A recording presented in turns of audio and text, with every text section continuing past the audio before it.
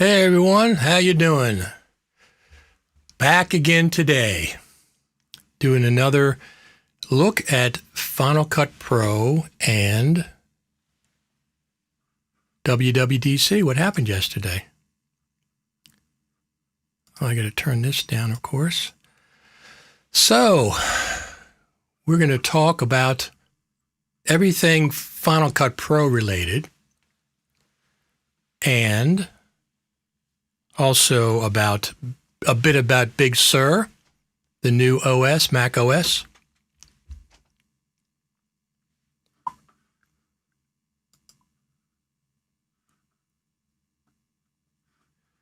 So we got a couple of comments. Simone says, I'm scared about the future of Final Cut Pro. I'm not sure why you would be scared about it. I'm looking pretty good as far as I'm concerned. Pauline Justine Paula Robillard said, good morning, Richard. What a great WWDC keynote. Big Sur is big, 10 gig in size.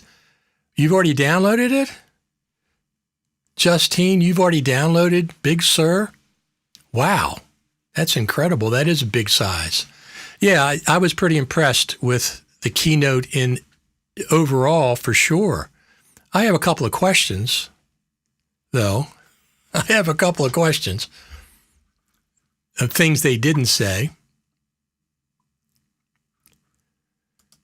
Simon says he doesn't see anything revolutionary. They didn't preview Final Cut Pro.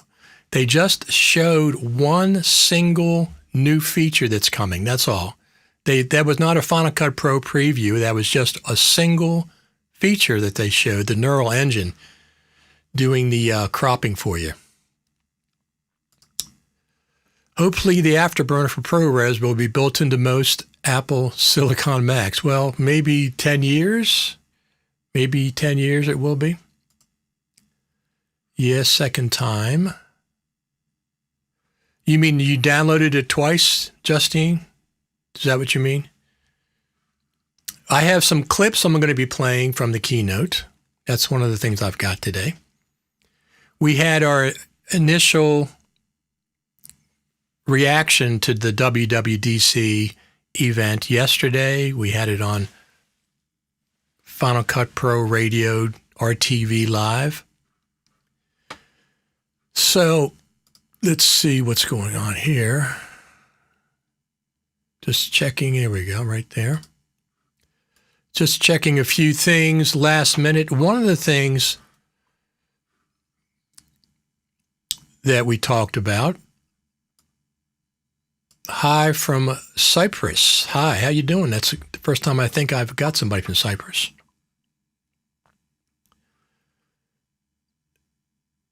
Justine, are you a developer? Because I don't think it's available to the public until July, I thought. I guess I'm a developer too, actually, to come to think of it. I can probably get a version. I'm just going to check a couple of things here as normal. So I transcribed the keynote. It's one of the things that I did. Still on 10.4.8, Final Cut Pro 10.4.8. And that makes, at this point, Final Cut Pro 10.4 is the oldest version of Final Cut Pro ever. It's 30 plus months since 10.4 came out, 30 plus. Who knows what yesterday's WWDC announcement meant? Do you know? I don't know. I'm not sure myself what's going on, how that's going to affect a release of Final Cut Pro going forward. Don't know. We'll have to find out how that affects it. In my opinion, when will it be released? Well, the version we saw yesterday, I don't think that's the version that they've been developing. I don't think that's the version that they've been developing all along. I think that's a brand new version, relatively new, just to be what they call Universal Binary 2, which means it can go both on the Apple Silicon or Intel. They didn't show, that didn't have any new features except for a little bit. I mean, it was exactly the same interface, and it was not a presentation of Final Cut Pro. That's not what that was. That was just a little sidecar thing. Hey, look, the neural engine is coming in Final Cut Pro, which is pretty cool. I always talk about vertical videos. I'm not a fan of people shooting vertically with their iPhones when they could shoot horizontally, landscape, like professionals do. But I don't mind 3 slices of a horizontal video side by side to make up a horizontal video. I kind of like that effect, so that's pretty neat. So let's see what's going on down here. So when do I think it's coming out? Well, they could have been saying yesterday, hey, we're working on this new version of Final Cut. It doesn't have to wait for the first Mac with Apple Silicon. It doesn't have to wait, and that would be ridiculous if it waited that long. At that point, it would be Final Cut Pro 10.4 would be 3 years old, 36 months, because it's not coming out till the end of the year. It's probably going to be, what do you think it's going to be? Probably going to be a MacBook Air, maybe something else. But Tim Cook said that he's excited about new Intel Macs coming out, and they're in the pipeline, as he called them. I think those are probably going to be the iMac and the iMac Pro in the pipeline. Maybe a new MacBook Pro. I was considering buying a MacBook Pro because I have the 2019, but it's the 15-inch, the one before the 16-inch came out. And I'm not going to now. There's no way I'd buy a MacBook Pro right now unless I needed it for work. If I needed it for work, not a problem. I'd buy it, but I don't need it for work because I got my Mac Pro. So I'll be waiting to see when the MacBook Pro line gets to the Apple Silicon. So first off, we don't know the performance of the Apple Silicon. What they showed at WWDC yesterday was not that impressive. The neural engine was. What was impressive was it was on the A12Z iPad Pro chip. That's what was impressive, but not for my Mac Pro. It's nothing. It can't even compete, not even close to compete with the power of the Mac Pro. Probably the iMac Pro, either one. So I like some of the features that I saw in Big Sur. What did you all think about Big Sur? I'm kind of excited for that.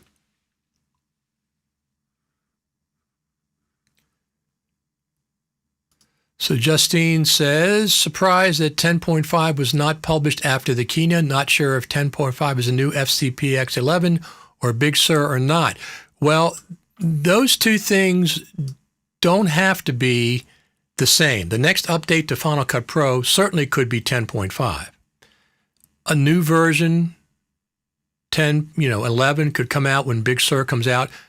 Remember, Logic just came out 5 weeks ago, 10.5. That version of Logic is not a Universal 2 version, as far as we know. I mean, I don't think it is. So there's no reason why they can't release the version of Final Cut Pro that they've had in the wings for quite a while now and update it to the Universal 2 version when Big Sur comes out.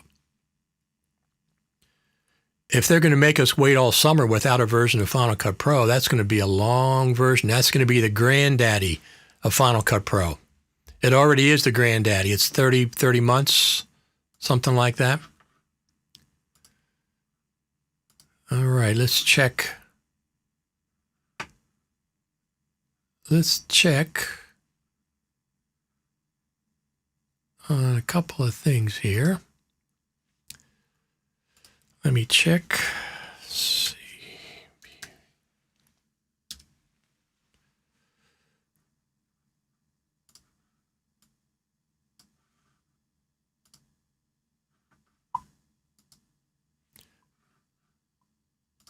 Okay, Final Cut Pro 10.4 is 2 years, 6 months, and 9 days. 30 months and 9 days old at this point. It's certainly the granddaddy of all versions of Final Cut Pro so far. So just because they showed the version yesterday at the WWDC, that wasn't a full version. It doesn't look like a full version to me. What they were showing was it was running on the AZ12 processor. That's what the big deal was. One thing to notice about the AZ12 processor, the demo that they had, it wasn't touch. It was not on an iPad. It was on the iPad processor, but it was not on an iPad. He used a mouse in the big screen. So I'm presuming it was on that Mac Mini that they're distributing or some other Mac they haven't shown yet. We don't know how it's going to be on how the performance is going to be on the new line of processors. We don't know that yet. That's going to have to be something where everybody's presuming that it's going to be better, and that's what they're telling us. But we haven't seen that yet, have we? We haven't seen the performance comparison to what we have on Intel yet.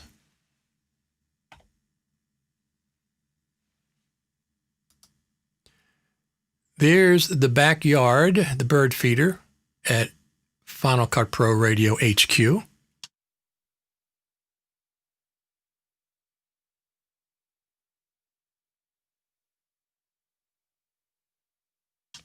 There's Jane working towards her garden. She's headed towards her garden. She has gardens out in the back. She loves gardening. But anyway, so let's get on to what we're doing here at WWDC. One of the questions I have,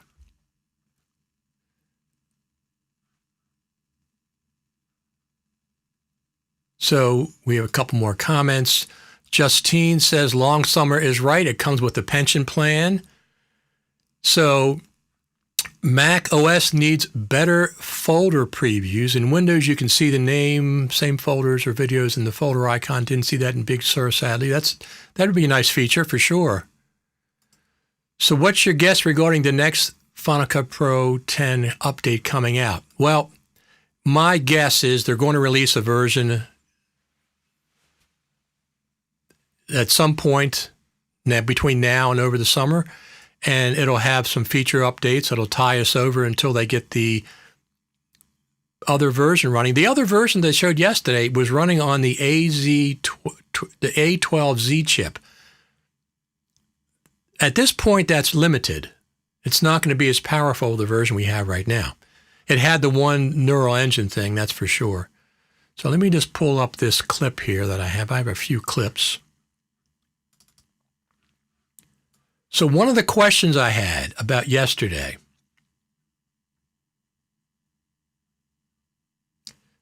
let me see, where the heck is that? Oh, one of the questions I had yesterday at the WWDC, where is Phil Schiller?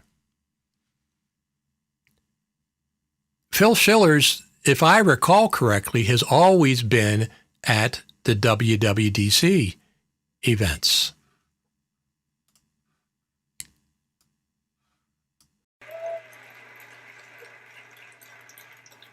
Can't innovate anymore, my ass.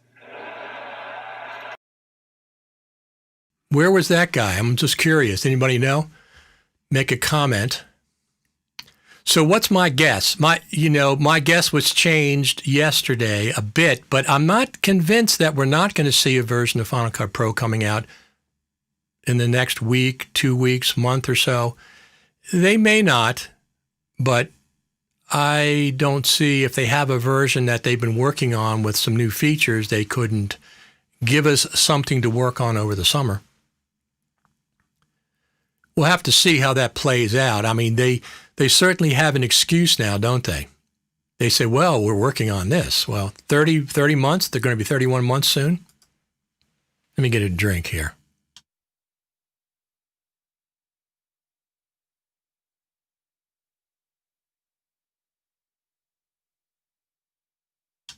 This is my desk shot camera. This, of course, is the backyard, the Final Cut Pro headquarters backyard, and then this, of course, is my main shot. I have 3 cameras. I might add another one going forward. We'll have to see. I know in the summertime that's pretty cool. So, but one of the other things I've seen on Twitter, people are all buzz about the new version of Final Cut coming up, is the icon. Everybody's upset about the icon. So Mike says, ATEM Mini. No, I have this is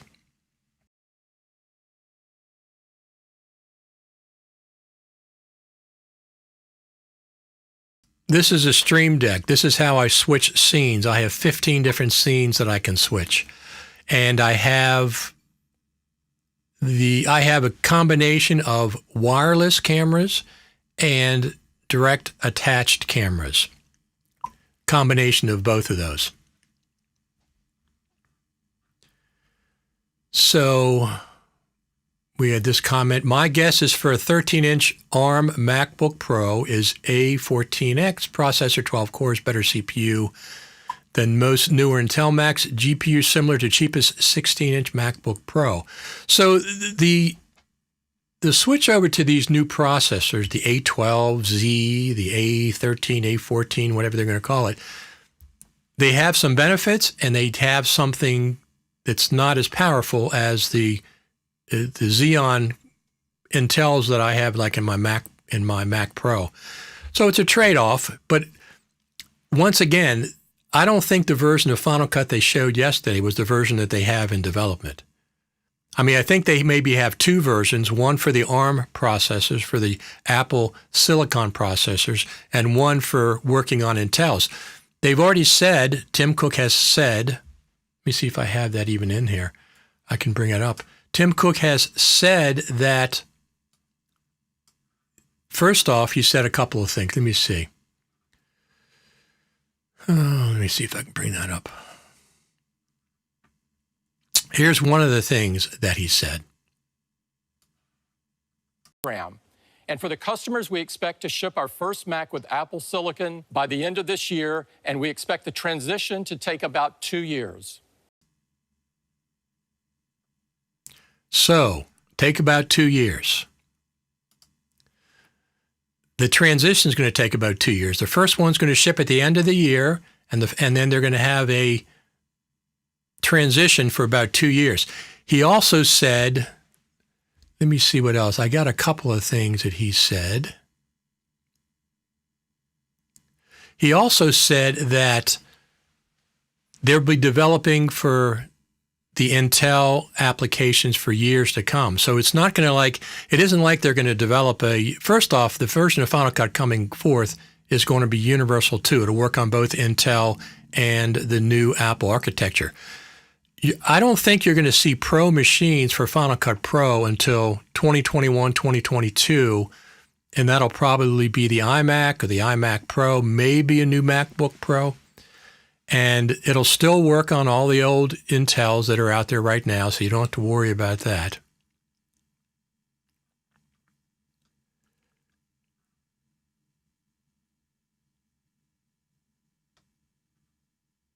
So I just, if they don't release anything for Final Cut Pro, I mean, obviously they're going to do what they want to do. It just seems like a long, long summer with nothing new going on in the Final Cut Pro world. Logic 10.5 came out 5 weeks ago. So Final Cut's going to stay at 10.4.8 and Logic's going to go to 15.1. It's just, Final Cut Pro seems like an old grandpa at this point. It's not that it doesn't work, it's just that it's based on the way they've done updates in the past. It's very, very old. So I would not be surprised to see an update to Final Cut Pro sometime shortly, maybe this week. We'll have to see. I mean, if it doesn't come out, it doesn't come out. We'll have to just, wait and wait and wait. it'll be 36 months. But I don't think they're waiting for the Apple Silicon to come out. That doesn't make sense. It runs on both right now. So they could release Final Cut Pro 10.5 and then release Final Cut Pro 11 when they're ready.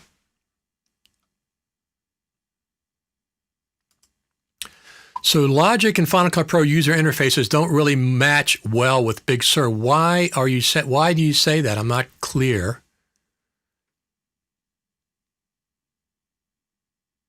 I'm not clear why you say that. With the new processor, it seems development for desktop and mobile will be the same, and the convergence of apps like Final Cut on mobile will happen. It certainly seems like Final Cut on mobile is going to happen, but here's the flip side of that. Since iOS apps will now run on Mac desktops, it means LumaFusion is coming to the Mac desktop. I'm excited about that. I'm very excited about that. So one of the things that they talked about yesterday for the iPhone, there's a couple things in the iPhone that are pretty cool. Let me see if I can pull these up. One of the things that they talked about was their friend, Adobe. Now, we've also been working closely with our friends at Adobe. Right? Let me just see if I can get this. I'm trying to pull this down a little bit. Yes. So one of the things that they said was... Now, we've also been working closely with our friends at Adobe. Okay, friends at Adobe, right? Our approach here is using machine learning models to determine motion which appears to be hand washing, and then use audio to confirm the sound of running water or squishing soap on your hands. And this was from yesterday. I think the fact that Apple Watch now recognizes when you're washing your hands and make sure you do it for 20 seconds is probably the most important announcement. Well, you know what I said on one of our Facebook groups about that? That's for people who use Premiere. After you use Premiere, that's a good way to wash your hands for 20 seconds. So that's why they put that washing hands in for the 5 phone. When you get done working with Adobe, wash your hands before you come back to Final Cut Pro.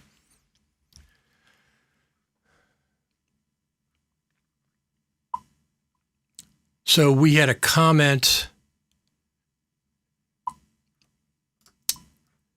What edit app was shown on iPad during demo? I'm not sure which one you're talking about. I didn't see that.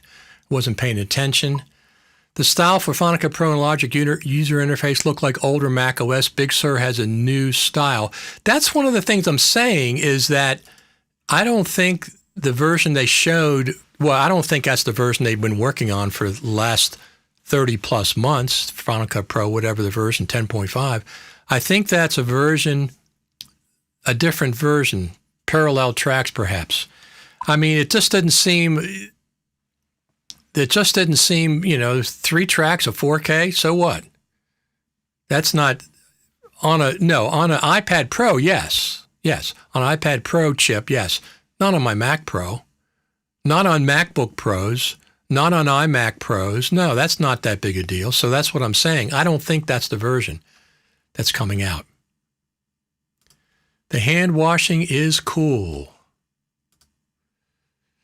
LumaFusion. Yeah, I'd be interested to see LumaFusion on a Mac. I've asked them about that when I've interviewed them in the past. So let's go on with some of the other things. So the A12Z processor currently shipping in iPad Pro is what they ran Final Cut Pro on yesterday. So that certainly means to me that they could have Final Cut Pro working on an iPad sometime shortly. The difference is, when I was talking to Philip yesterday, is yes, it's running on the chip, but it's not. They didn't show it running on the iPad interface, the touch interface. So we have to see that to see how that works. The neural engine analyzes video on an A12Z processor chip. Yes, it did.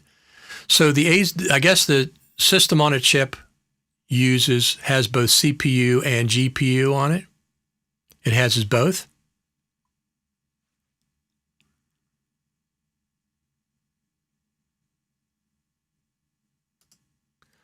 So Pauline says in the video wall was a shot of mobile editing app confirmed to be LumaFusion. Okay. That's cool. I've been using LumaFusion for a while.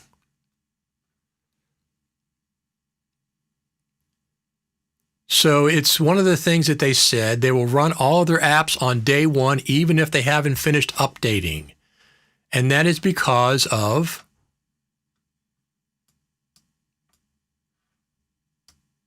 Universal 2. Right? Universal 2. Let's see what they say about Universal 2. Because I had a question. It's a new binary that works on both Intel Macs and Apple Silicon. So that's what Universal 2 is going to be. Let me see if I have that clip. Here we go. And to deliver these apps, we've created Universal 2.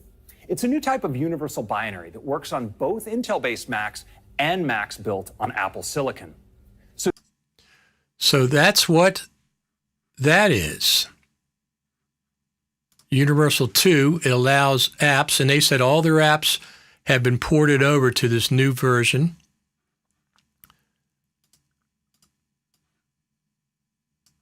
So that's a first look at universal apps on Apple Silicon.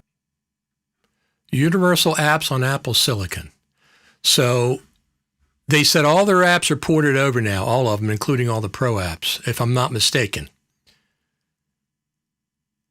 iPad Pro, let me see.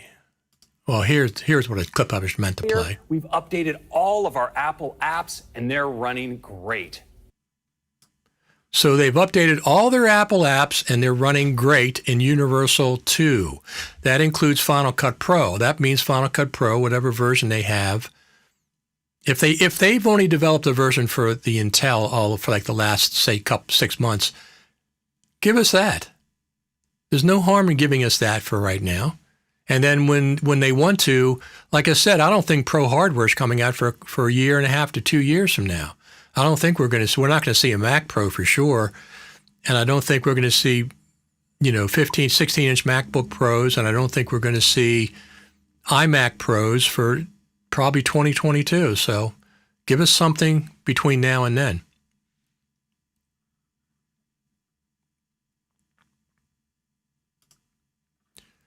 Did you see the video of them showing video analysis? They show how fast the neural engine is at finding faces and objects in video. I think, that's where the A12Z chip will be superior, it looks like. Now, this is a question that I had myself. Here we go. How will they implement Thunderbolt in those chips? Something separate? Is there going to be something separate? We don't know. So I'll be curious about that myself because I use Thunderbolt. I have 8 Thunderbolt ports. Let me get this pulled up here. Here we go. I have 8 Thunderbolt ports on my Mac Pro. So we'll have to see how they do that. So here's one of the clips on Final Cut Pro that they had. To let us play back not just 1 or 2, but 3 streams of full resolution 4K ProRes, all on an A12Z processor. All on an A12Z processor. Yeah, that's pretty cool for an iPad, but it's not that much compared to what we have now with Intel. We'll have to see how that works. Here is the main clip everybody was interested in. Finally, let's turn to one of our most sophisticated apps, Final Cut Pro. One of our most sophisticated apps, Final Cut Pro. Yesterday, I was on Twitter, and I posted yesterday morning before WWDC. I said, are we going to see anything about Final Cut Pro at WWDC? Well, we did. We did see it, and I'm really glad. going to be interesting if purchasing a new Mac with a new processor and what the performance will be versus a Mac Pro at that time. Yes, at that time, that's correct. There's a couple of things that different Macs can beat the Mac Pro at. It's some weird things, but not in the bulk. Not in the bulk. When you have layers and layers and layers and stuff. The Mac Pro, the Mac Pro is the best Mac I've ever had. But like I said, because they're introducing a new version of the Apple Silicon, I will not be buying a MacBook Pro. I was going to look at one this year if they introduce one. I'm not going to do that now. It's not my primary machine. I'm going to wait to 2021, 2022 and see what they have at that point.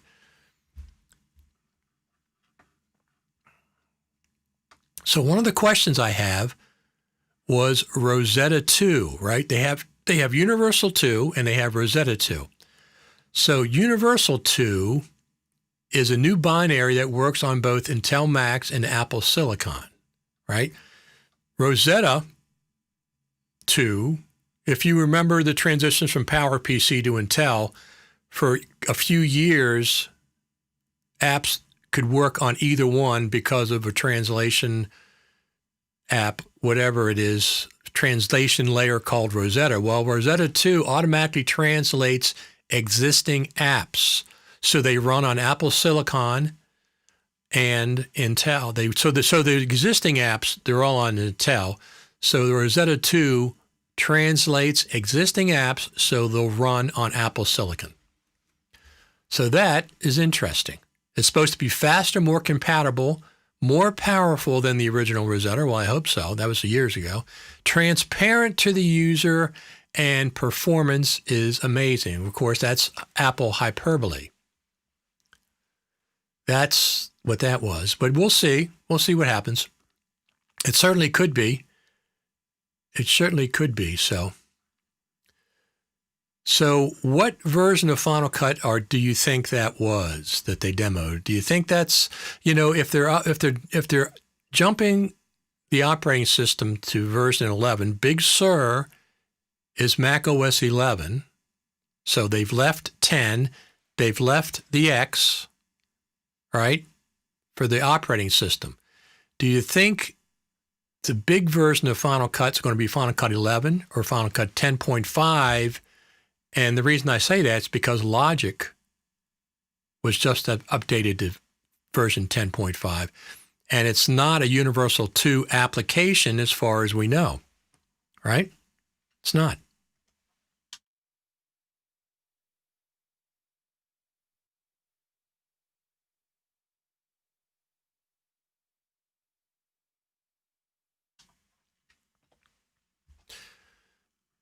There we are. Bird feeder in Final Cut Pro Radio headquarters backyard. To the right there, you can see to the right of the bird feeder, that's where the garden is. There's a dogwood tree there. I don't see any birds out there right now. I guess they're a little too hot for them. I don't know. Anyway, I got a few guests coming on here shortly. We'll be bringing them in to talk about the WWDC stuff. What else do I have to talk about? One of the other benefits of going to Apple Silicon, Apple and iPad apps will run natively on Apple Silicon. They're saying that day one, right from the Mac App Store. I guess they're going to tell, they'll be able to tell that you already bought the iPhone, iPad app somehow between the two stores, and they'll let you download it again. Mike says, what wireless cameras? So this one is a Mevo Start. It's brand new Start. It's out in the backyard. It's connected wirelessly via NDI to my system. This one is an iPhone running Filmic Pro. This one up here. The one is my desk shot. So one is running Filmic Pro and one is a wireless. It's the Mevo Start is a brand new camera that Mevo came out with. It's made for streaming. It streams in 1080p. It's completely wireless. You have to look at your iPhone screen, though, to see what's going on because there's no flip-out screen on it or anything. It has audio. You can put audio into it. It's a really cool camera.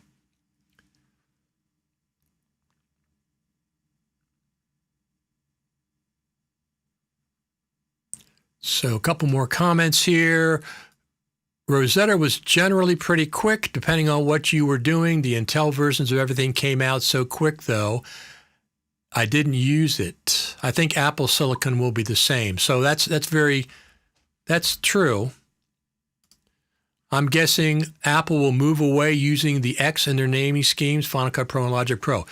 I think so too. I think the fact that the Mac OS has dropped it, that I think the other apps will drop it as well.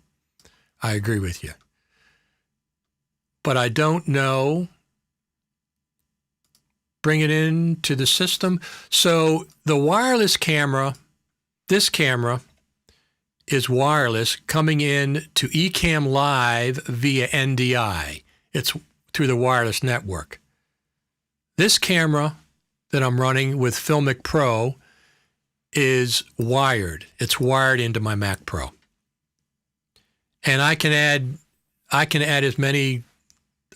wireless iPhones, and I have ways to add other wireless. I could probably do 4, 5, 6 cameras if I wanted to, but I don't need to do that. Not with just me talking, for sure. So let's see what this says. This is one of the clips we had from yesterday.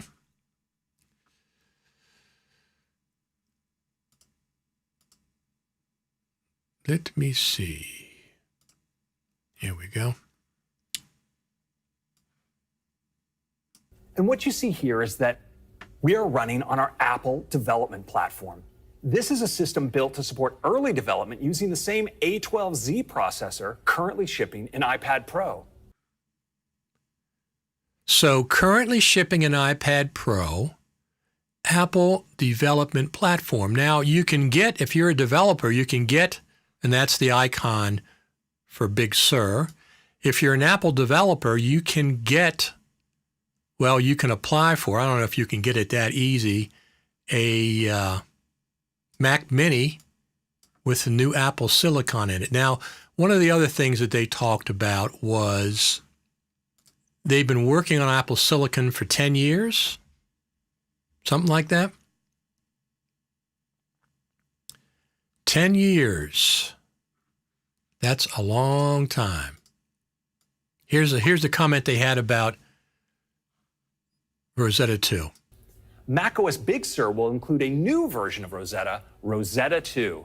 Rosetta 2 automatically translates your existing Mac apps so they work on new Macs with Apple Silicon. Rosetta 2.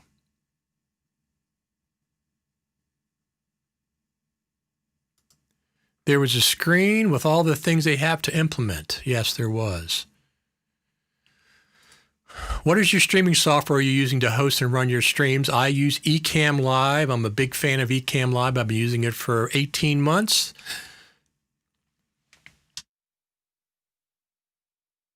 And I'm very active on their Facebook groups. I learned a lot from that. Ecamm Live. Let me see. I don't know if I played this one or not. Let's see. So that's a first look at Universal Apps on Apple Silicon. I guess I did. So overall, what did you think of the WWDC keynote? I give it a big thumbs up. I thought it was a fantastic job that they did. Now, obviously, they weren't live, so they could produce better videos than what a live situation has. But they did a great job. I thought they were very professional. They had a lot of information crammed into a short period of time. Like I said, I'm not sure where Phil Schiller was, but I think they did a great job. What do you think? Let's see if I have somebody. Let me see if I can, what's going on? Let me check here. Let me check. Okay.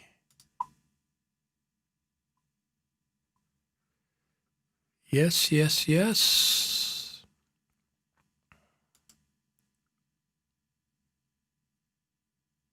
All right. So what do you think about the keynote? Did you like the keynote? I mean, I'm coming from a Final Cut Pro point of view, of course. Hoping this would be the start of getting Final Cut Pro on the iPad as well. Be nice using the same software on both Mac and iPad. That's true. That's true. However, it can't be as powerful on the iPad as it is on the current version of Macs that we have.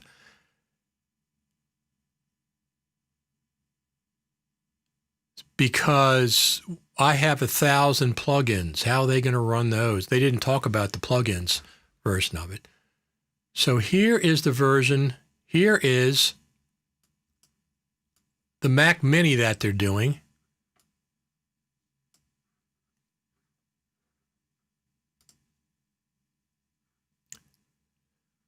Apple Developer Transition Kit, Mac Mini enclosure, A12Zs, SoC, 12 gigabytes of memory, etc., etc.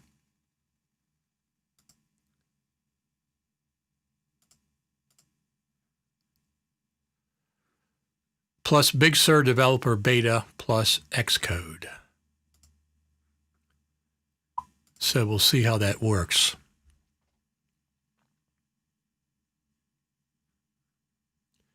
According to Wiki, 10 years would be the last OS to support PowerPC Mac OS Leopard to Big Sur Mac OS 11. Good keynote. Federighi is a good presenter. Yes, I'm not sure how you spell his name either. Simeon keeps saying he's scared about Pro App's future. There's no reason to be scared about the future. They just put out a Mac Pro. It's not even 6 months old. Who do you think they made the Mac Pro for? It's not going anywhere.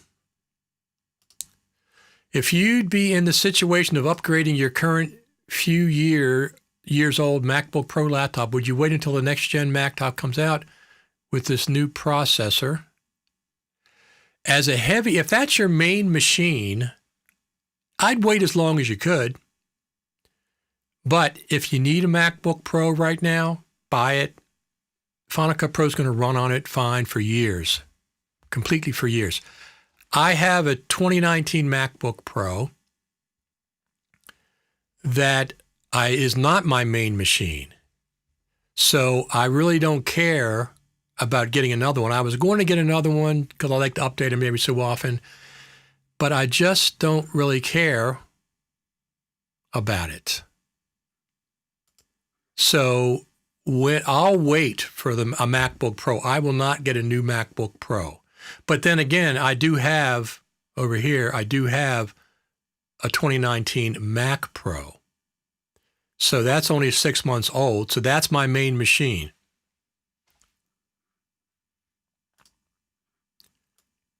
Justine says, in my case, Big Sur will be the last OS my laptop can be upgraded. It is 7 years old. 7 years is a long time to be upgrading OSs on something that old. So we'll see. We'll see how the situation goes. I am not. Once again, if I needed a MacBook Pro, I'm going to buy one.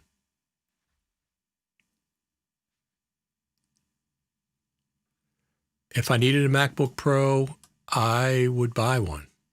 I wouldn't worry about it. It's years off until we see the Apple Silicon MacBook Pro. So we'll have to see how that goes.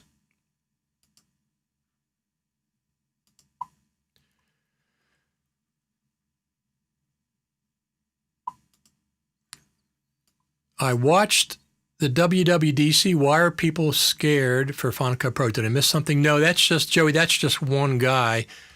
And I respect his opinion, but I think that's misplaced. There's no reason to be scared for Final Cut Pro. We don't know yet. There's something that I pulled up about that situation.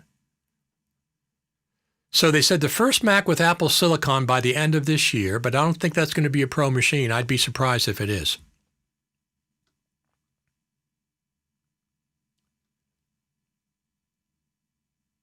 So it will be interesting. I forget who this is from.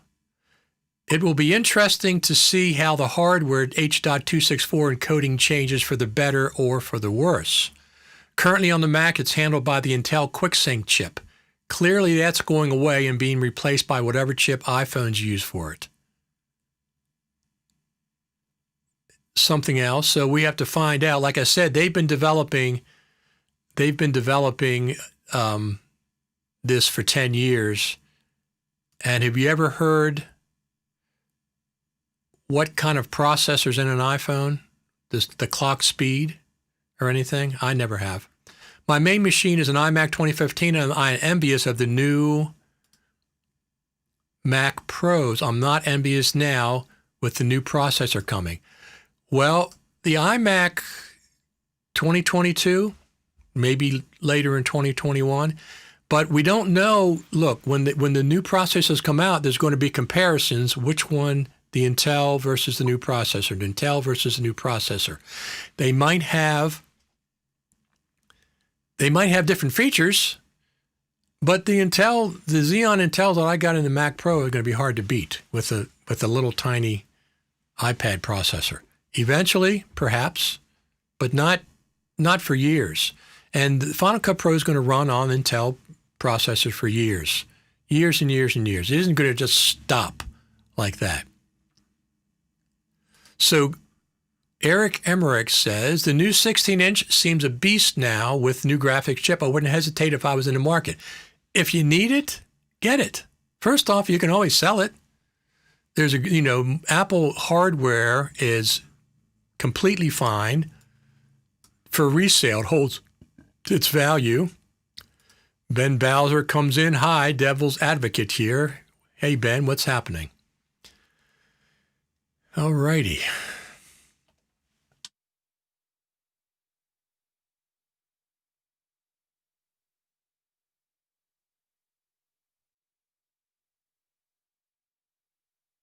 There's a bird.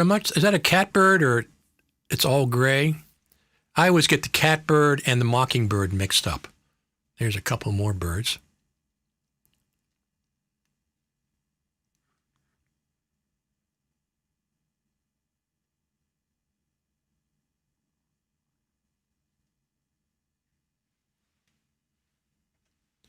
So we have a comment says, I thought they said they were going to make a whole new family of Apple processors for Mac specifically. By the way, the 16-inch is awesome. It's my main workhorse. Absolutely. I would, if I needed a MacBook Pro, I'd not hesitate. If you needed it now, I would not hesitate to get one. They're fantastic machines. Everybody says they're great. Like I said, I got the 15-inch 2019 because I traded my 2016 in at the time and it was fine. Oh, I sold it, actually. I sold it on eBay, and I got the 2019, but I don't use it that much. Listen, here's what I got it for. When I go to NAB and when I go to the FCPX Creative Summit, I take the MacBook with me because I have to do things that aren't available on iOS and iPad OS. So I take the MacBook with me. Number one, it's very small. It fits in, and I can do things that I need to do. That's the real reason I got it. Well, NAB was canceled. The FCPX Creative Summit, who knows what's going to happen there. So I'm not planning on flying anywhere with it, so I really don't need it. If I did need it, if that was my main machine and I wanted to upgrade, please don't hesitate. Tim Cook said specifically, he said, let me see what he has here, what if I have that clip or not.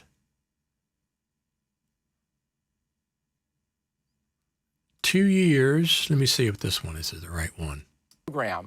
And for the customers, we expect to ship our first Mac with Apple Silicon by the end of this year, and we expect the transition to take about 2 years. So the first Apple Silicon Mac, but that doesn't mean it's going to be an iMac or an iMac Pro or a 16-inch MacBook Pro, right? Doesn't mean that at all. It's probably going to be a MacBook Air or just a regular MacBook, or it could be the Mac Mini. You already got the Mac Mini coming up for developers. That's what they're doing. Let me see if I have our guests coming in here. I'll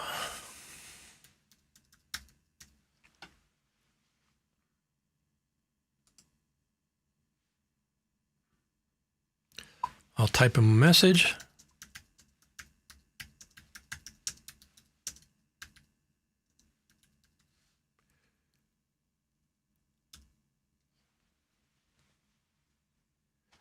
And then we'll bring them on. Yesterday we had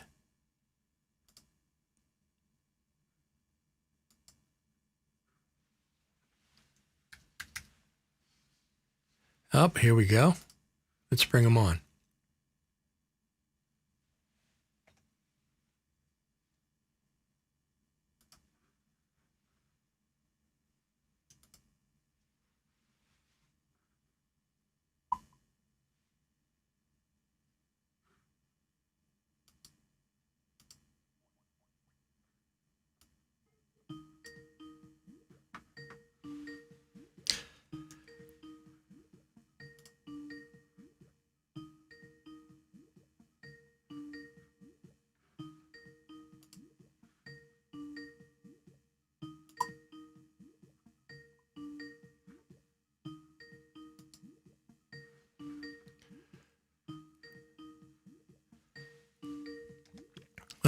Nobody yet. Let's see if I can get him on. Coming up shortly. Oh, there he is. I hear something. I don't see anything. Let me check something here. Check settings, audio and video. Why do I have no camera? There you are. There you are, Bill. There I am. Okay. There you are. Okay. It was weird. That's always something, isn't it? Yeah. It's never incredibly easy. Let me turn that off. So what's happening today? Well, did you get a chance to watch the WWDC keynote yesterday? I did. It was interesting. I probably remember only a third of it, but there's some interesting things that if you want to chat about them, I could probably talk about. No, we want to talk about the iPhone. The iPhone. Here's mine. The iPhone 12. No, the iPhone 12. Oh, they released a new iPhone? No, that was just a joke. Okay. That was a joke for the... Man, my head has been buried. I've been getting ready for this thing on Alex's show, and it was a crazy morning. Of course. So, did you see the Apple? Did you saw the whole keynote? Yeah, I pretty much saw the whole keynote. Did you see well, there's a couple of things. Did you see them saying they're friends Adobe? Yes. Then right after that, they showed the Apple hand washing app for people who use Premiere. Please wash your hands after using Premiere before you go to Final Cut Pro 10. The devil's going to be after you, Richard. Well, the other thing, Bill, is where was Phil Schiller? Yeah, I didn't see him either. I actually noticed that. I went, that's kind of interesting. Right. So, but of course, Craig is kind of Hollywood ready, camera ready. So, right. No, absolutely. He's a very good presenter. Absolutely is. Yeah. So, well, go ahead and tell me what your overall version, mainly concerning Final Cut Pro stuff, of course. I was encouraged. There were a couple of things that were encouraged. First of all, I love the opening animation of the whole thing. I thought that was really, really well done. That made me smile just starting in. I thought it was a great metaphor for the difference in the world now versus how it was a couple of months ago. And then the other thing that really struck me when I get back toward the Mac stuff is that this ARM processor re-rollout is going to change a lot of things, but I don't think it's going to change stuff for those of us who make our living in the Pro apps right now.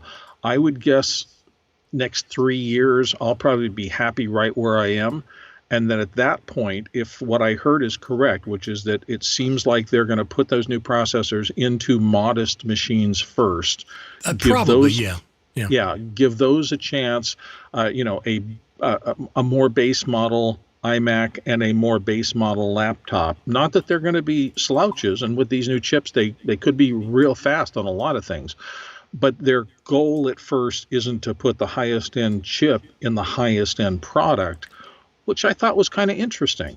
So it seems to me they're gonna roll out a product that uses the new chip that is more affordable, work it out, see how everything goes. There's going to be a big transition here as people do this major thing, and then kind of work out the bugs and then scale it up into the higher levels of the hardware over time, which I think is pretty smart. Yes. It absolutely is smart. It makes sense to do like the MacBook Air or just the MacBook first. Yeah, I think so. I think, it's a new architecture. The whole thing is, I'm assuming, again, I'm not a silicon engineer and I'm not even close to understanding how all this stuff works, but the calls, the libraries, the things may run differently. So there's going to be some shakeout. And what would happen if they shook that out at the top end of the market? People's heads would explode. Well, mine would. I just bought the Mac Pro 6 months ago. Right. So all of a sudden now there's this $2,000 less thing that, because of the incredibly screaming low heat, low energy chip, works twice as fast. And that would be bad. Not that they're holding it back, but to me, Apple's whole software and hardware thing has been get it to the point where it's solid, ship, and then listen to people and iterate. And it's that iterate. It's what we saw on the history of Final Cut Pro 10. Right. It started out with a great set of features, and it worked even from day one. And people still looked at, it doesn't have multicam, and it didn't at front. But boy, it had a lot of other things that were worth learning about. So maybe this will work the same way. No, absolutely.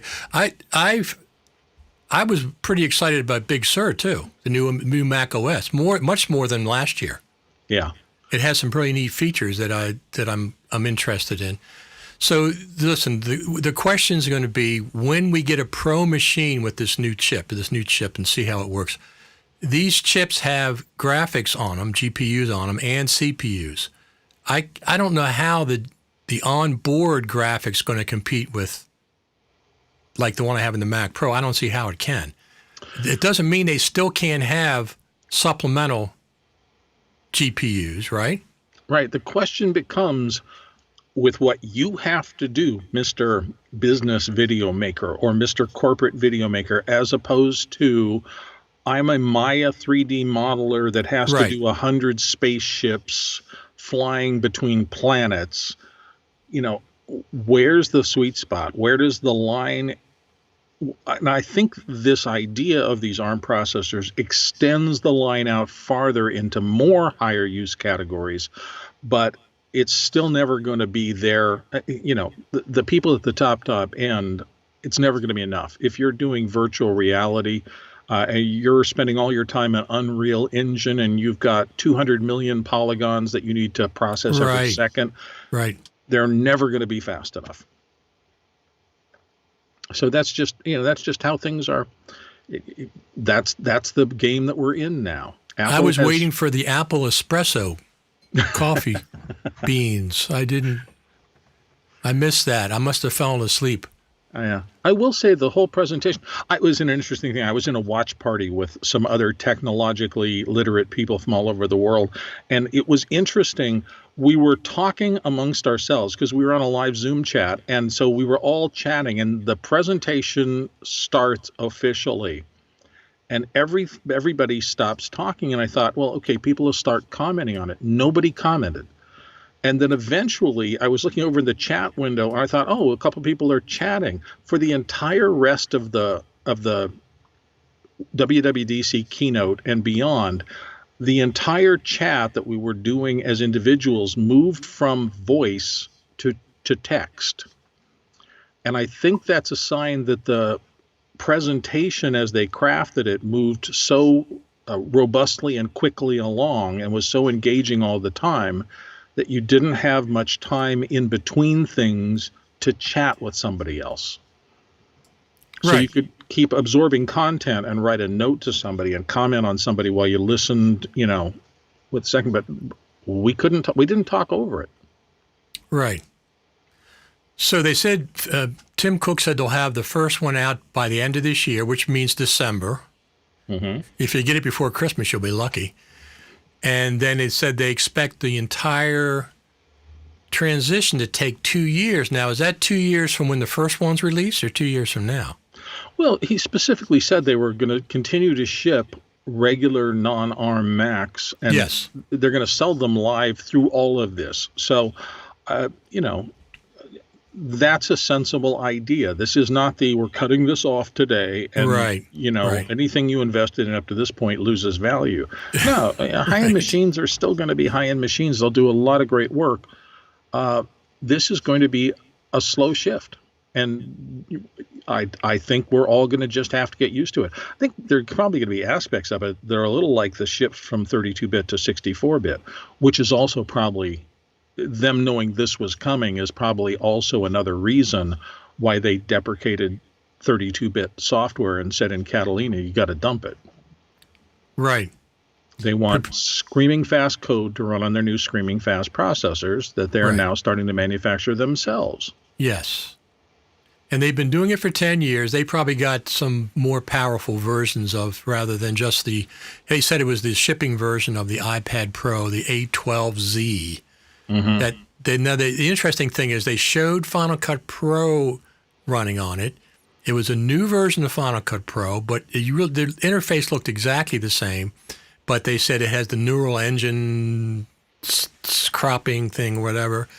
So it was a new version. However, he was using a mouse. He wasn't using his finger on the touchscreen. So the chip, yes. The iPad, we didn't see it. We didn't see it running on an iPad. We saw it running on the big screen. That nexus between Mac OS and iOS, obviously this ARM processor is going to move those two planets closer together. But I don't know if they will merge. I mean, this is a Venn diagram I don't understand yet. How much overlap there is between those two worlds, what makes sense. I don't have a tap on it yet.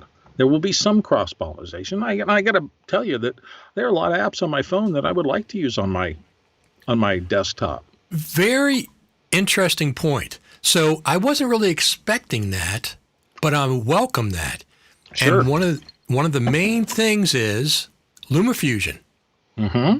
At one point, I've talked to them 4 times, interviewed the people from LumaFusion 4 times. And starting from NAB a year ago, not this last one, they were talking about porting LumaFusion over to the Mac. Then they decided, we're going to stay with iOS because it really makes more sense on iOS. Now it will be available on the Mac. Right. They didn't have to port it technically, quote, end quote. That's correct. The OS semi-merged, I don't know what the right word for this is, but clearly the code bases are coming into a more alignment so that they can run on these new chips. Right. So somebody just commented, Nathan McAvoy says, he said it was running on the developer Mac Mini. So there you go. It was the one that they're giving out to developers. So it was not the iPad version, because when I was talking to Phil Hodges yesterday, he said, yes, it's running on the chip, but it's not running on the iPad interface. Yeah. He said that's a different issue. Well, remember, developers are supposed to get things ahead of time before they actually ship so that they can hack. And they understand the crunchiness of developing code in a way that end users do not. You know, I beta tested, and I'm a bad beta tester, so I do not do that any more than absolutely it's a friend saying you got to kick the tires on this to see what happens. Because in my thinking, that's a huge burden. Somebody's giving you their creative work, and they're saying, right, try to break it. We got to find the flaws in this. So sure, push it really hard. Use it as much as you can. Tell us when there's something that's not working right. That requires a lot of, I think the stupidest thing in the world to do is download beta software and stick it on your desk and try to work with it like it's your regular standard app. Right. It's just like you're asking for disaster that way. Right. No, I agree with you. Although I'm running on a beta version of Ecamm Live right now, but I tested it out ahead of time, and I've been on for how long? Hour and 14 minutes, so it's pretty stable. There you go. They have new versions out quite often. So that's who this was. Somebody was talking to one of the developers from Ecamm Live, and he says it will be interesting to see. They asked him about the new Mac Apple Silicon. He said it would be interesting to see how the hardware H.264 encoding changes for the better or the worse. Currently on the Mac, it's handled by the Intel QuickSync chip. Clearly, that's going away and being replaced by whatever chip iPhones use for it. From what I was listening to, and that and some of the chatter on the web this morning, I had very limited time to go cruise my normal sites and things like that. But I guess a lot of the stuff that is kind of side processed, and I think the security chip is one of those pieces. It sits there and it lives there and it does a specific job. People have been saying that some of that kind of stuff can be folded into this ARM processor so that they don't have to have as many separate discrete things. Right. So that'll make it, that'll probably make it easier to manufacture, less costly. And I think the biggest deal is just the energy efficiency of these, because that's one of the things that burns up a lot of power, eats up batteries, certainly in laptops. And so if by making this switch, they can get us closer and closer to laptops and iPads that last significantly longer than they do now, that'll be a boon for everybody. So this is a quote from Tim Cook. Nathan put it up. We expect to ship our first Mac with Apple Silicon by the end of this year, and we expect the transition to take about 2 years. Then he continues to say, we plan to continue to support and release new versions of Mac OS for Intel-based Macs for years, plural, to come. In fact, we have some new Intel-based Macs in the pipeline that we're really excited about. See, so the development will continue for people with traditional workflows to maintain those traditional workflows. And then as it moves along, I think it's, instead of pushing you over to the new machines, they're going to try to entice you over to the new machines. Sure. At some point for your workflow, they want to build in your head, I guess it could be really faster, and things are too slow. And so let me try one of those and see what happens. So Ben Bowser says we did see 10.5 on the screen yesterday. I'm not convinced of that. I think that they've been developing well. I keep saying 10.4 is now 30 plus months old. It's the oldest. It's the grandpa of all versions of Final Cut Pro 10. The grandpa. 30. Well, we only had 9 years, right? We just celebrated 9 years. Yeah. 10.4 has taken up 3.5 of those years, or 2.5 of those years. Yeah. So obviously, a lot of the engineers in the back room, and I'm going to just speak to Final Cut Pro 10 and my presumptions, because once again, everybody who listens to me and anybody else talks knows that if you actually know anything, you can't talk about it. And Sure. If you talk about it, you can't know anything about it.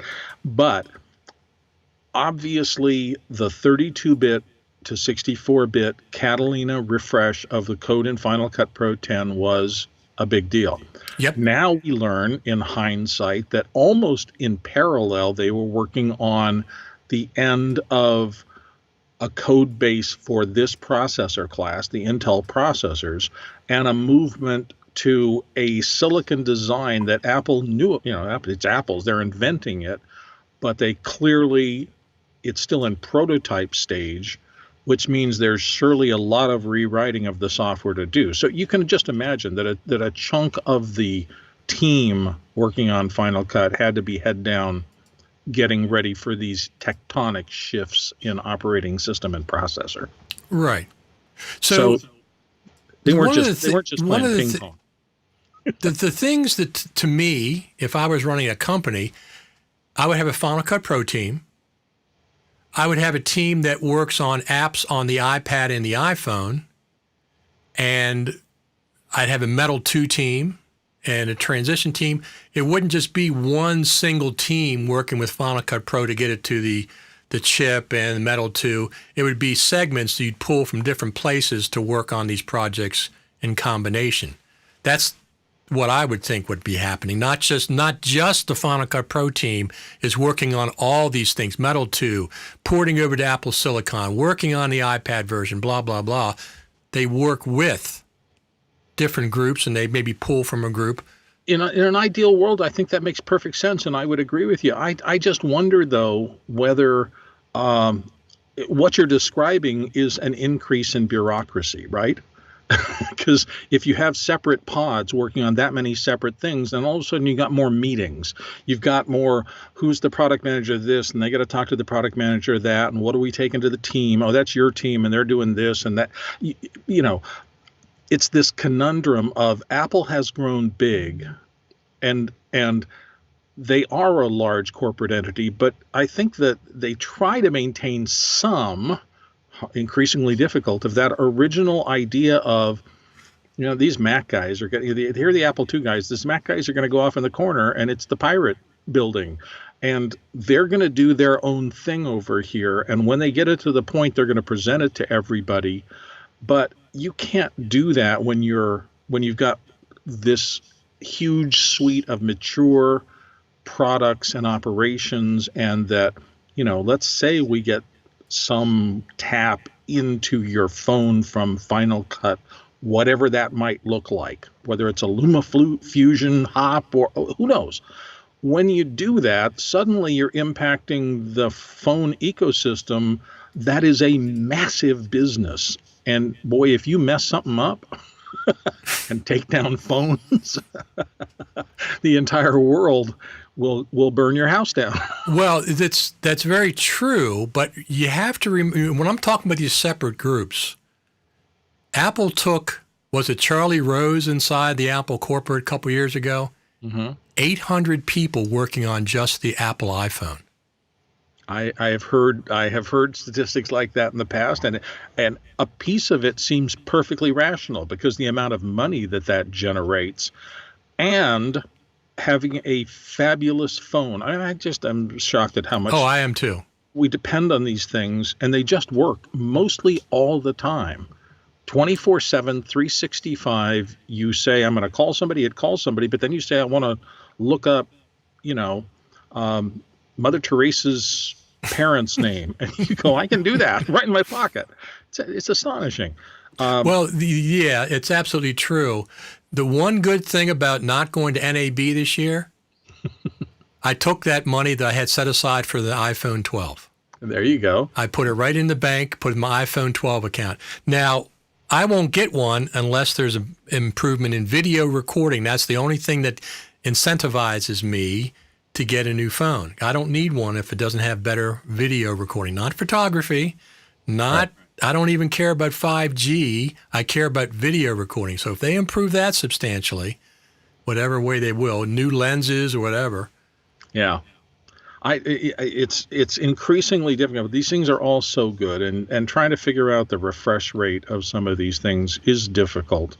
I'm still on my iPhone 10, so I'm probably 2.5, 3 generations almost behind. Okay. But it does everything that I need, and I don't create that much content with my phone. I could.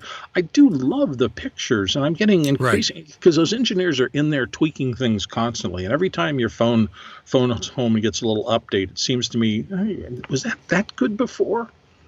Right. You know, it's amazing how well this device works. And this is the chips they're talking about, right?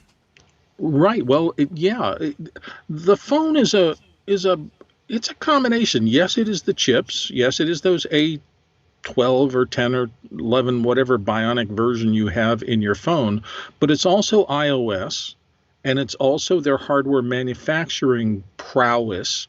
I mean, these things are pretty rock solid, and you put a simple bumper case on them, and and this lives in my pocket, and it occasionally drops. And unlike most of the consumer devices that I have owned throughout my life, I mean, you dropped a transistor radio when you were a kid, and fingers crossed, right, it may never work again. Exactly. they weren't manufactured anywhere near the tolerances of these devices. This thing is a pretty robust, solidly operating thing. There are exceptions. So somebody is out there going, I can never get my phone to work. And, it's a mass-produced device. And there's going to be that Friday version that doesn't work real well. But overall, people wouldn't flock to these smartphones from everybody, all the manufacturers, if they didn't feel like they were getting solid value out of them. And it's amazing how far they've gone. No, it absolutely is. It absolutely is. I can see more films being shot with the iPhones, especially with the iPhone 11 from last year, like 11 Pro. Yeah. Well, I don't know. Here, let's do it. What the heck? She won't mind. I'm going to show you a picture I took the other day. We did our first little out in the world. And my wife and I met my niece and nephew and one of my other family members that was in from out of town. And at the beach here in Southern California, I took a picture of my wife. And let's see, where's the camera? The camera's up there. I don't know if you can see that. And it probably won't. Let's see if we can. You can't see the sunset. Let's see if we can. No, it's not going to do it. We can see it, Bill. Can you see the color, though, in the sky is... Oh, I can't see that, yeah. Yeah, I was going to say, it's probably not going to work. This is a stunning sunset picture. It's got astonishing depth of field. The colors are rich. I've got blue sky, and I've got the sunset, which is brilliant gold. And she's in focus. The rest of the family, people who are 30 feet behind her, are well rendered. The depth of field is great. I mean, this is just a really nice photo from, hey, hold on, you look great, pull your mask aside, let me take a picture, and then I go on with my life. And I got a really nice memento of that first little picnic out that the family was able to do. Yeah. And I just think it's stunning. Oh, it is. The phones, I guess, Steve Jobs, this is what he envisioned for these little devices when he first brought them out. But they're this is the most important device that I have. Yeah. It really is. For most people in their lives, it is the hub of your information access and how you deal with the world. Right. And I can edit video on here in LumaFusion. I can shoot it and edit it, upload it to whatever I wanted to if I wanted to do that. And I'm pleased that in a lot of the WWDC presentation we just watched yesterday, there is that continued serious look at security, because we are increasingly keeping our entire lives in these devices. And the fact that Apple is concerned with privacy and is concerned with the attacks from all sorts of areas that can try to spoof your phone and gather data and stuff like that. I mean, it seems like they're working really hard at that, and that's a good thing. Makes me feel good about absolutely. So Cedric says, when 4K became the standard in cell phones and TVs, I don't need anything until 8K is a standard. And he says, Richard, do you think you will need that 5K then to upload it? You mean that 5G, I think, is what you're saying. The resolution of the iPhone, I'm completely satisfied with 4K at this point. I don't need 5K, 6K, 8K on an iPhone. What I'm talking about is maybe getting a 3 or 4 times optical zoom and better lower light performance. Those are the two things I'm really looking for. 60p is okay for some stuff. Maybe a higher data rate codec. Well, of course, you can do that with Luma Touch. No, neither one of those. With Filmic Pro, you can get higher data rates, and some of the other apps you can get up to 100 megabits per second. So I'm looking for a better 1 times more optical zoom and maybe lower light performance in the processor. So, that's what I'm looking for. The resolution 4K is fine for me. If it goes higher, that's fine. But 5G, put it this way, when 5G happens, it's fine. I'm not against it, but that's not the reason I would update my phone. I don't do that much heavy-duty updating from it. Do you, Bill? Like gigabytes of data? Here's my 2 cents worth on that. I don't think most people yet understand the real 5G potential. I'm not sure I understand it much at all, but I live here in San Diego, and I know that a lot of the telephony stuff, I mean, Qualcomm is based here, and Apple has, I think, the telephone side of Apple has a really robust presence here. So there's a lot of engineering effort in this area. And from the people who know more about 5G than I do, real 5G, which has not rolled out yet, when you see the little 5G in the top of your iPhone, that's kind of fake 5G. Right. The right. real iPhone 5G, as I understand it, is orders of magnitude faster. And it is, I don't want to be held to technically this, but I think the idea is that it's the difference between fiber optic and a standard modem line. It's that many orders of magnitude faster. And it may even be faster right now than AT&T fiber and the other Google Fiber and stuff like that. It is a quantum leap in speed, I/O, and bandwidth. If that turns out to be true, then it makes your phone a different kind of hub. And to be able to connect that robustly from a pocket device that's running on low power could be I think it could be a game changer for a lot of things in the world.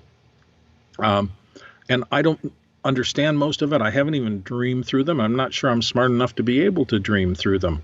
But I do know a lot of people are talking about the ability to overlay things like Unreal Engine and stuff like that in a way that allows a deeply enhanced virtual reality that, if it's used correctly for something other than, I'm going to say this, I'm not dismissing Pokemon Go, but that was our first little, oh, look, I run my phone around and there's one and I'll go catch it. It showed you a little bit of the idea, but what if you could just say, oh my gosh, I've cut myself, nearest hospital, and a line appears on the road or in front of you and walks you to the doors of the fastest open emergency place, and can do that for hundreds of thousands of people all over the world simultaneously and process a real world thing. And, says, you're driving there, don't go that way, turn right because that's blocked. And, and maybe even talk to the network or something like that. And, it's a legit emergency. Let's alert a hospital. Let's change the lights. Let's alert all the autopiloted cars out here. I mean, just think of the potential for interacting with the world when everybody has massive bandwidth, and it could be used for a lot of great purposes. Well, absolutely. Driving self-driving cars are a perfect example. Mm-hmm. But it would have to be, more universal, had to be pretty much everywhere. Yeah, granted, this is the beginnings. This is, the start of this meshy, networky. There's so much data available that you can do so many things that if it's deployed intelligently for something other than just trying to extract more money from you every day that you use it, could be a big game changer. Could be. I don't know. We'll see what happens. So one of the big, people have already started complaining. They have, of course. The version's not out yet. The version's not out yet. It's just a little demo. But they're already complaining about the icon in the dock. That's the big complaint. The icon, the Final Cut Pro icon in the dock that they have. Now that could be a placeholder icon for all we know. Yeah. But they're complaining about how it looks cartoonish. One of the nice features that I spotted yesterday is they had a favorites bin in the effects browser. Mm-hmm. So you can add favorites. Nice catch. I like that. I mean, I've wanted that for quite a while. I don't even know what to say about this. That's being upset because they changed the hood ornament on the car. Well, some people here remember hood ornaments. We don't know if that's going to be the final one. That's just the one for WWDC, right? I guess that's my point. That's number one. And the other thing is that, so I deal with art directors enough in my video making. We work with a lot of them, and sometimes they come in the studio, and I've watched a few of them and understand how they think.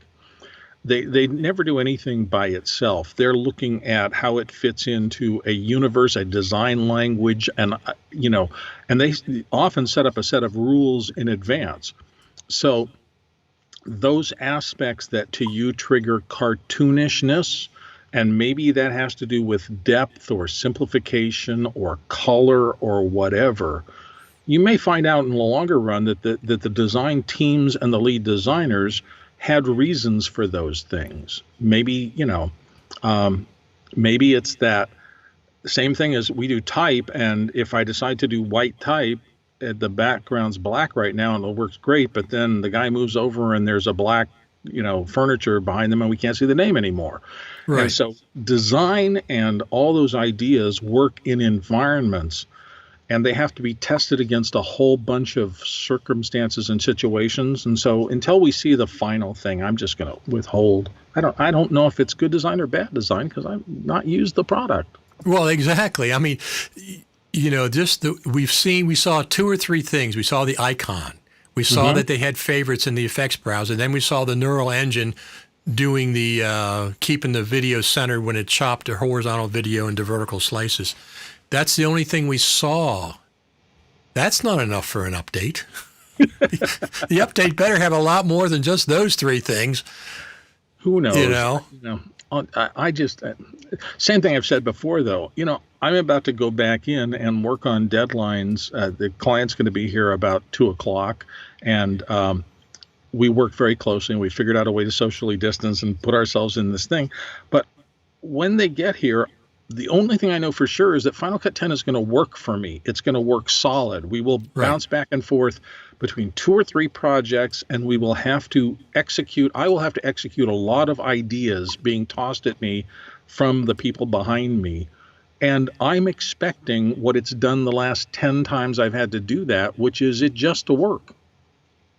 It's, there's no expectation of failure in me being able to make my living today off of what I do. So, that's worth more than all these little, the small things are important. I do get that. And I admire companies who design big and small.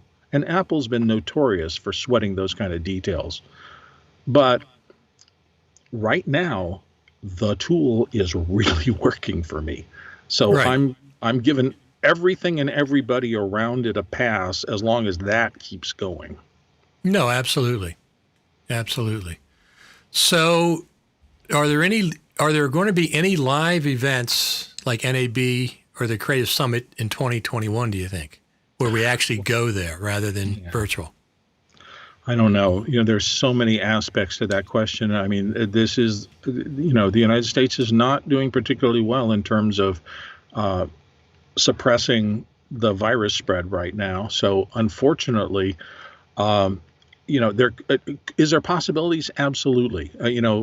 One of these fabulous medical teams around the world, and they're all foot to the pedal working to try to come up with something.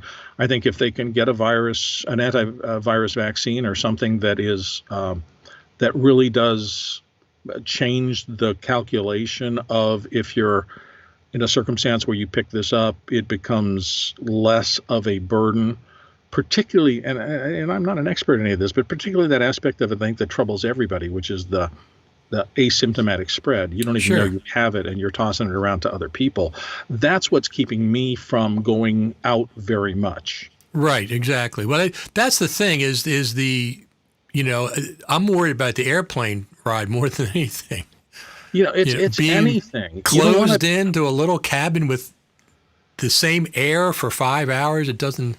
Yeah, but somebody wiped their nose and touched the rail, and then I'm the next guy who happens to touch the rail. And so now, it's not that I'm going to get it, but it's not a zero chance, and I don't want a non-zero chance if I can be smart enough to avoid that. So for the travel and go to the thing, it just depends on where we are. Sure. If people are feeling like it's under control and that you can practically keep yourself away from it, I think there's a chance that that'll open up. I will say that, Apple virtualized WWDC, and they seem to have done a very good job. I don't know how the sessions are going, but the keynotes sure did a fine job. Yeah, I think that aspect of it, the quality that I think this is probably one of the best WWDCs that I remember for quite a while. So the quality was superb, but the problem, look, I really missed the Creative Summit. You know, seeing people in person, having 4 or 5 days of concentrated Final Cut pros from around the globe in one location, getting coffee in the morning and going to sessions and going to Apple campus, that can't be replaced by a virtual event. No, I mean, but that's, you're absolutely right about that. Yeah, and that's the tough part. You know, we love that. I'm talking to 3 people that I'm really engaged with here, and then I look over there and I see 2 other friends, and I just, you know, hey, I'll catch up with you later. I want to go talk to whomever. Right. And then you're controlling who you get to interact with and for how long in real time. It's what we love. It's what's important to us in terms of human connection. And you can't do that in a Zoom call. You can't suddenly break off with this group and then break off with that group. And what are you talking about? At least, you know, who knows? Maybe there's some genius who's working on some new Skype, Zoom, whatever it is, you know, hangout-y thing that'll help get us closer to that. But right now, this is what we got. So the question, I guess, is the longer they stay away from these live events, I think the less chance that we'll ever go back to them. So WWDC is probably one of the best ones I've ever seen. NAB, though, there's a lot of money, you know, in Vegas and a lot of power. So I'd be surprised if NAB doesn't happen in person next year, but it could take a year or two. But I think if we stay away for 2 or 3 years, that's going to be the new normal. Yeah, that's going to be no more in-person stuff. Nobody knows this. And there may be some form, I mean, because humans do want that connection. So if the medical issues are all gone, I do think people will find a way to congregate one way or another. I just don't know quite how that's going to be. But I agree with you 100%. Being in the Juniper with all the people, whoever was able to make the trip, right, and being able to interact with them and get to know them and shake hands and talk about, you know, anything with no time limits and no, you know, I'm at the bar at 10 o'clock and I'm with 2 people who are fascinating that I didn't know before now, and we're finding out we got a lot of in common. That's just really valuable. I miss it a lot. Yes, I do too. So let me see. We had a comment. So here's a nice comment. Do we think the WWDC keynote was edited with Final Cut Pro 10? What, you mean it wasn't entirely 100% live? They weren't all doing that in real time? I'm shocked, I tell you. Exactly. No, listen, here's an old presentation thing. I used to do some video work for the National Speakers Association. These are some of the top people who go around and give speakers speeches, often for a lot of money. And I remember one of the people who was helping the presenters get better and say, listen, people take a lot of time and a lot of money to come to the hall to see you speak. You kind of have a responsibility to those people to do a really good job if you can. And a good job means to deliver the information that they're looking for, do it without wasting their time, without wasting their energy, and without making this big trip they took to get here a waste of time. And I always respected that attitude. I think Apple knows and reflected in their opening animation, which I thought was absolutely charming, right? There's people from all over the planet right now who have said, I'm coming to watch WWDC from wherever I am. And that commitment of their time, I think Apple understood. So they tightly choreographed down to the second with, you know, here's a little break and we're going to do a fun little thing and dive into the lake and get to the secret lab that way. You know, it was that's a fun little break from the piece before leading us into the next piece. Very crafted, very sculpted, and by doing that, very respectful of the fact that we're not going to waste your time. If you're going to watch this, we're not going to make it loose. We're going to keep it together Right. and do it as best we know how. Now, there's plenty of criticisms about they should have done this a different way. They should, there's always room for improvement. But I think they did as well as I expected them to, which for Apple is pretty darn well. No, that's true. I thought, like I said, I thought this is my favorite WWDC in years. Mm-hmm. A lot of the that's just times because they specifically mentioned Final Cut Pro 10, Richard. Well, of course. I mean, that's true, Bill, because I went on Twitter yesterday morning and I said, are they going to talk about Final Cut Pro 10 at all at WWDC? And I said, I know it's not a normal event for Final Cut Pro or the Pro apps. I said, however, are they going to just bring it on stage or whatever? Now, the weird paradox is this. Yes, they showed us a new version of Final Cut Pro running on these chips, but they didn't say what it was. They didn't say whether it was 10.5. They didn't say if there's a new version coming out next week. They didn't give us any more information. So it's like they did one thing, but the other thing was like, they didn't do the other thing.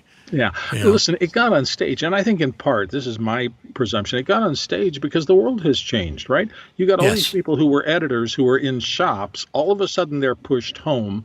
They're out there, and I hear all the time online in the professional groups, hey, guys, what works? I got to edit from home now. I can't go into the office. Sure. And in the midst of that, Apple looks up and goes, well, gosh, we got this tool that works really, really well. And people are starting to go, hey, I've heard 10's fast. I heard 10's solid. I'm having trouble with this other NLE or that other workflow. It's not working for me. I can't get any work done. It's hard. And so maybe I'll try this new thing. And so I think Tim Cook and the whole Apple team giving that and at the same time Logic, which frankly, look at the last couple of years. You've got Phineas Eilish and Jacob Collier, two gigantic musical icon stars in the realm of young people who are very much looked up to, killing it with Logic and doing YouTube videos with really high-level work done in Logic. So it's like, okay, let's go. Let's it makes sense for them to turn the world's attention to these products that are doing really well at a time when people need products that do really well in these areas. Right. Absolutely. So that's one of the reasons I think that we could still see a version of Final Cut Pro 10 is the fact that, before the Universal Binary 2 version or a Universal Binary 2, because Logic Pro 10.5 just came out 5 weeks ago. Yeah. And it's not Universal Binary 2. No, those tea leaves are beyond my type of drink. I don't know. Hope always springs eternal.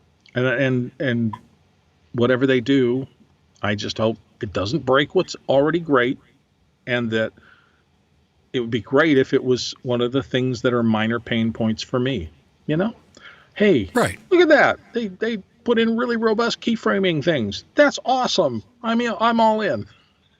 Sure. I'd like to see that. Yeah, I think everybody in the Final Cut Pro 10 community would love to have, easier, more robust keyframing at the drop of a hat. Audio, however, these the traditional, I want a Rolls-based mixer.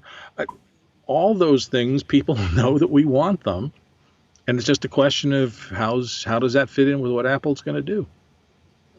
Exactly.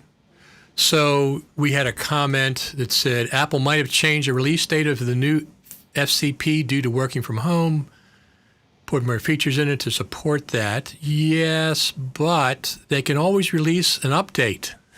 They could put 10.5 out and then release an update, 10.5.1. But the thing is, we got a long summer ahead of us, right? Summer just started June the 21st, I think it was.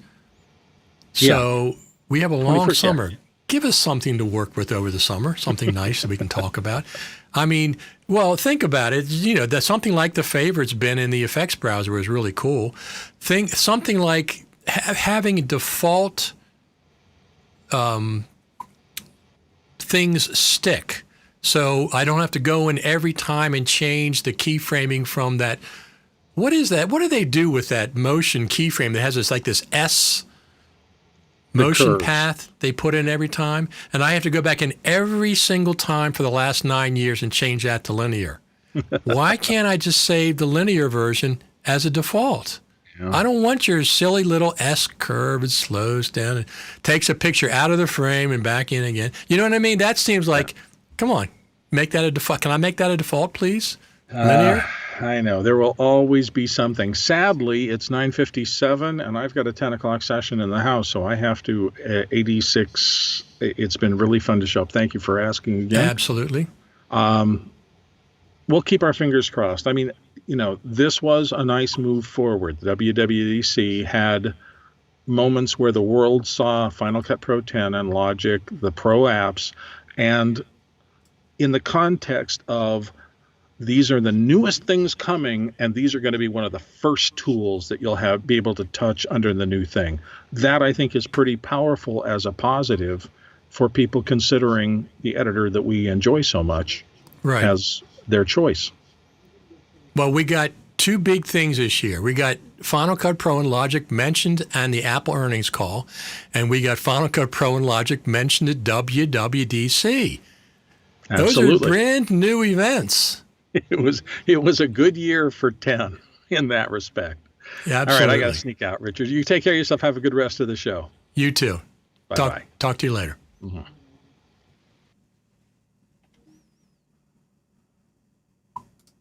All right, we are going to finish up here.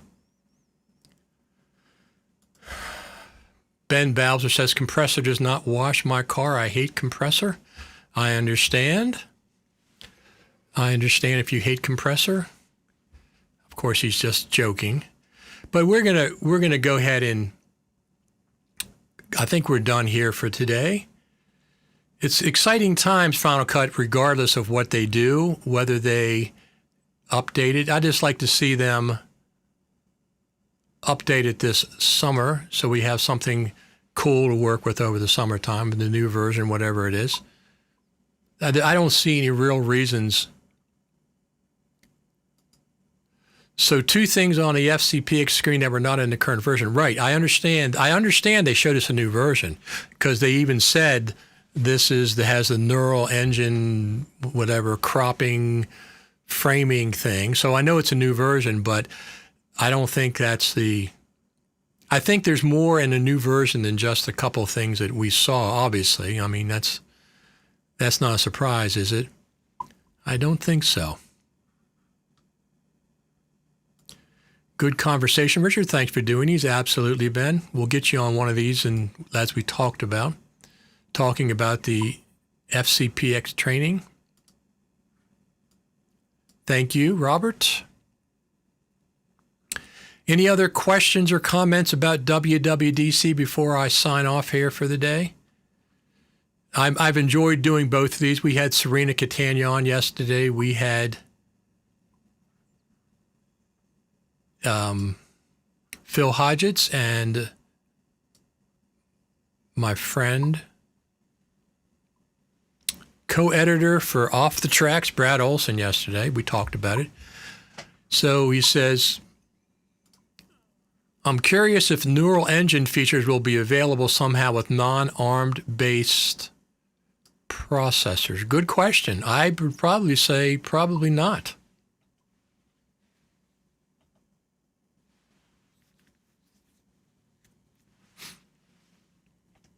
That would be my guess. Probably not. Because they talked about it, seemed like they talked about it specifically with the neural engine. So since Apple coming out with their own processors, does that mean our 2019 Mac Pro will still be updated in 2 years? No, it does not mean that, because it'll still work with Final Cut Pro 10 and all your Apple apps. They're going to be universal too. And it'll still be very powerful. Listen, what do they call that? The A12Z processor is going to have a hard time competing with the power of the Xeon processors that we have, the Intel processors. Ben says, love the work they did on the video. Super well done. I agree with that.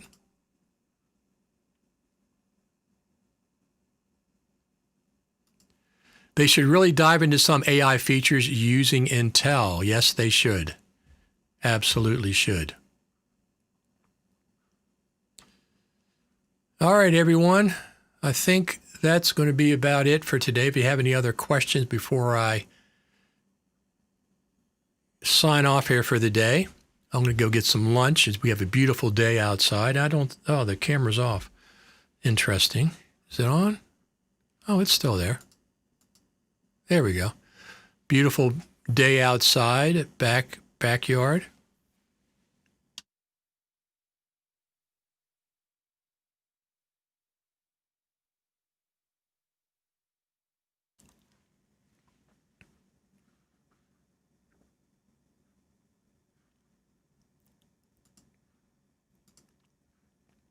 Like I said, I got 3 cameras. Later, Gator. Thanks. Talk to you later, everybody. I'm going to head out here. I think we're good for today. If anything else comes up, if they do release a version of Final Cut this week, of course, I will be back on the air. I was first on the air yesterday after WWDC started, and I came back this morning to dig a little deeper into it. Thanks, Richard. Thank you, Nathan. Thanks for stopping by. I appreciate it. All right, everyone. I think we're going to call this the end of Final Cut Pro Radio RTV Live for today. Anything changes, I'll be back on. I'll talk to y'all later.